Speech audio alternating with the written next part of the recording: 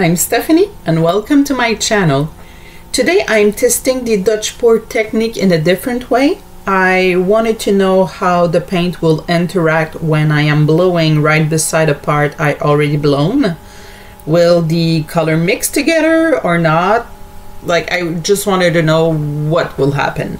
So I did the painting like a rainbow so we can see every color and every mixing.